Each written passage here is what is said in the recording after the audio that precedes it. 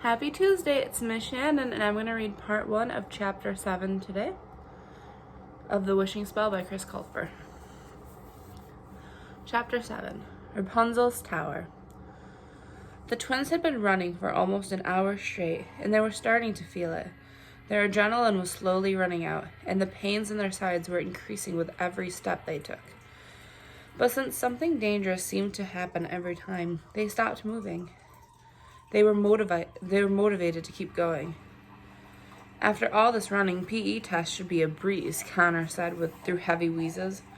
We're almost there, Alex said unconvincingly. Just a little further. The forest had changed as they ran through it. The trees weren't so thick, and there was more space and grass between them.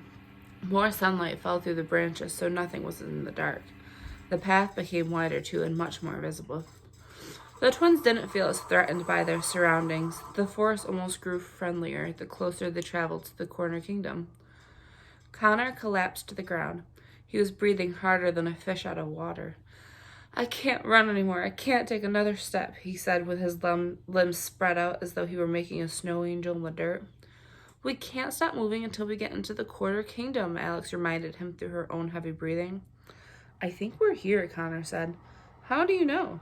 Alex asked. That's how, Connor said and pointed upward. In the distance, a tall tower was visible above the treetops. It was circular and made of square stones.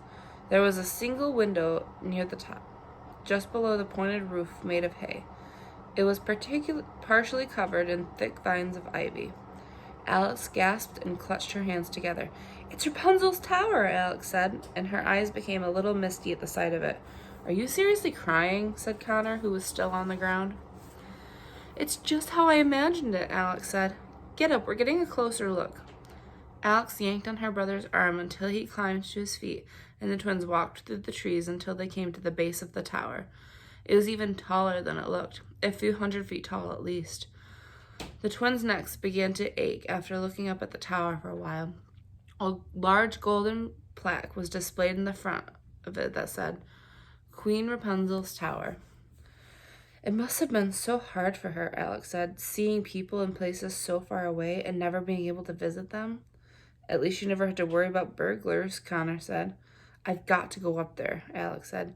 Do you have a jetpack or a grappling hook that I'm unaware of? Connor asked her.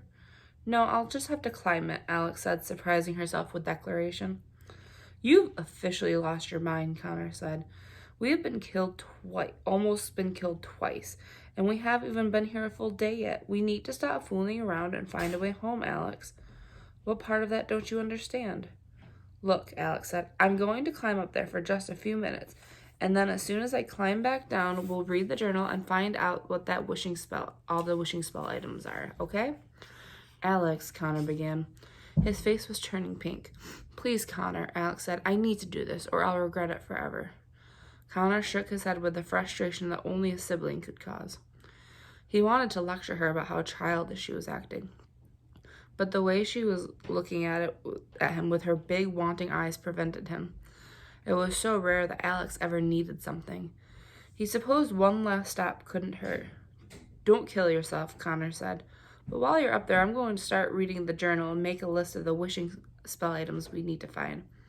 Alex happily nodded and put her bag on the ground. She stretched for the climb she was about to make.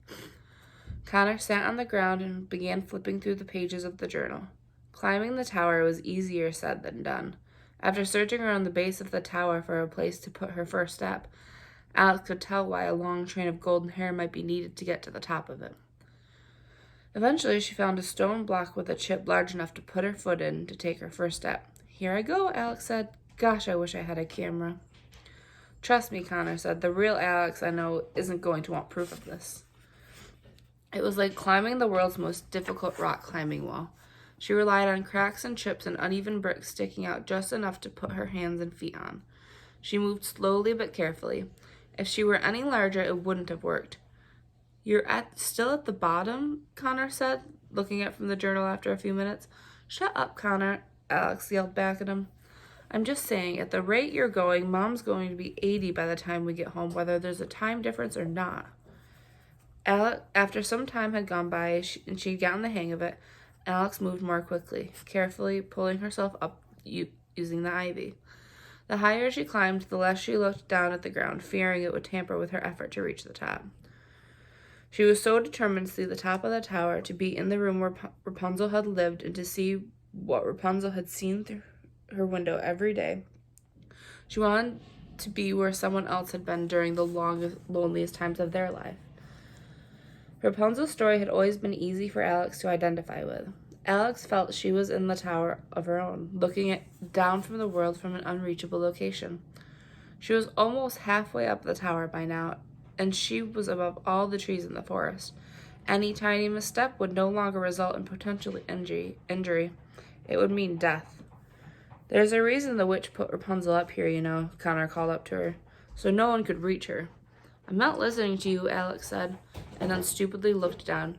Beads of sweat appeared on Alex's forehead. She felt like her heart had fallen out of her body.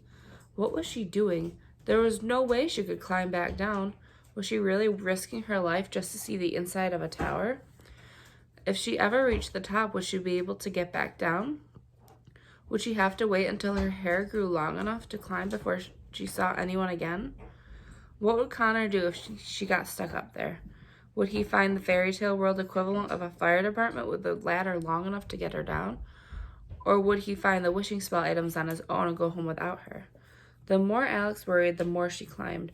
She knew it wouldn't be productive to worry and stay still, so she just kept going. It felt like hours had gone by. She looked up. She was only a few feet from the window.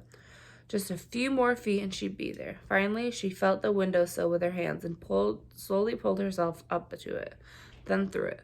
She was almost through the window. Alex swung her legs over the window into the tower. "Thank God," she said to herself. "I might be stuck in the tower, but at least I'm safe." Alex looked around the tower. It wasn't all what she expected. It was a large circular room with no furniture or decoration of any kind. In fact, it was completely empty except for a hay bale and bird droppings littered around the floor. "Hi, Alex," said a voice inside the tower. Alex jumped and screamed. She was completely shocked to see Connor sitting up against the tower wall, just a few feet away from her. "Took you long enough to get up here," he said with a laugh. He was eating an apple and he had the journal open in his lap. "How in the world did you get up here?" Alex demanded. She was still out of breath from her climb. "I took the stairs," Connor said with a mocking grin. "I was reading the journal. It says that after Rapunzel became queen, she installed a staircase in her tower so she could come back and visit whenever she wanted.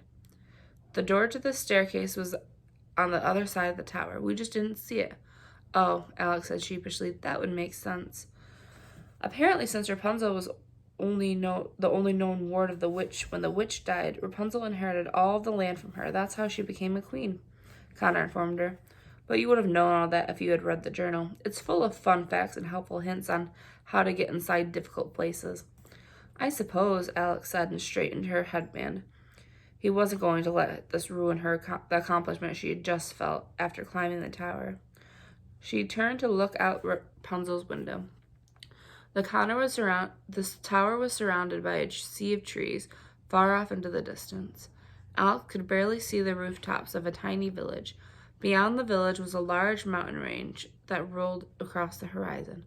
Now this was exactly what Alex had expected. "It's quite a view, isn't it?" Connor asked. "Yes," Alex said, almost in a whisper. "It's breathtaking. I just wish we could see it all. Everything in the land of stories. But I did a lot of thinking on my way up here, and I know we have to get home." "That's what we need to focus on." "About that," Connor said, "you really need to read this, Alex. I've only skipped through a little bit of it. Most of it's hard to read because it's written by hand, but the situation is a lot more serious than we thought." He handed her the journal, and Alex sat next to him and opened it to the very first page and began reading. "Dear friends, I don't know how, why, or where you found this journal, but since it has found its way into your possession, I hope that it will be of use to you. What I am about to tell you is going to sound ludicrous, but I ask you to allow me to explain. Had I not seen it with my own eyes, I would have never believed it myself. I am but a simple man from a simple village in the charming kingdom. I have been to another world. It's a world with people and technologies that our world has only dreamed of, and places we can only imagine.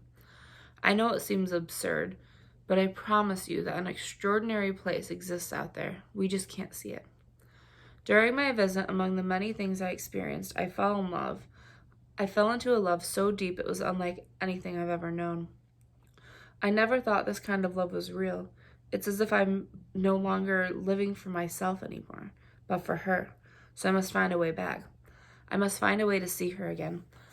The first time I traveled into the other world was simple. A fairy that knew of its existence allowed me to travel with her.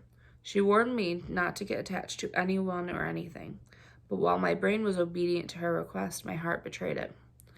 The fairy has hence banned me from traveling with her, so this time I must find a way into the other world on my own. Naturally, I didn't know where to start. How does one go about traveling into another world? Who was I even to ask? How would I even be able to ask without appearing like a lunatic? Cinderella's society is very judgmental, and I surely would have been ridiculed if my mission had been discovered. I came to the conclusion that I'd have to ask someone who was crazy in their own right, so no one would believe them if they spoke of what I had inquired. I needed someone I could trust, but who could never be trusted by the world? I figured such a person didn't exist. I lost hope until I remembered the traveling tradesman. He was infamous for finding naive children in the woods and trading their items of value for items he claimed to be magical. He was rumored to have given Jack the beans that grew his beanstalk. Surely if anyone had heard of another world, it would be him. He was on the move at all times, since warrants for his arrest had been issued in all the kingdoms. It would be nearly impossible to find, but then again, my entire quest was virtually impossible. Late one night, I traveled to a tavern up the stream from my home. There I befriended two farmers, and I proceeded to buy them round after round of drinks. After we had had a few laughs about childhood adventures and adolescent mistakes, I asked them if they ever heard of the traveling tradesman. They both grew very quiet and were almost offended by the question. I assured them it was purely out of curiosity, and I wasn't accusing them of anything. I purchased another round of drinks, and after that they had consumed the farmer's confession they had done business with him in earlier years. I traded 2 goats for a watering can that was supposed to magically water my crops all by itself, one of the farmers said. That damn thing never worked and it had a leak. It was the biggest mistake of my life. I traded 2 cows for a goose, he told me, that would lay golden eggs, the other claimed. The goose he gave me was male. He gave me a gander. They tried convincing me to call off my search for him, but after one final round of drinks, they told me the routes he covertly took through the woods. I'm going to stop there, and I'll be back with part 2 of Chapter 7 tomorrow. Have a great day. Bye.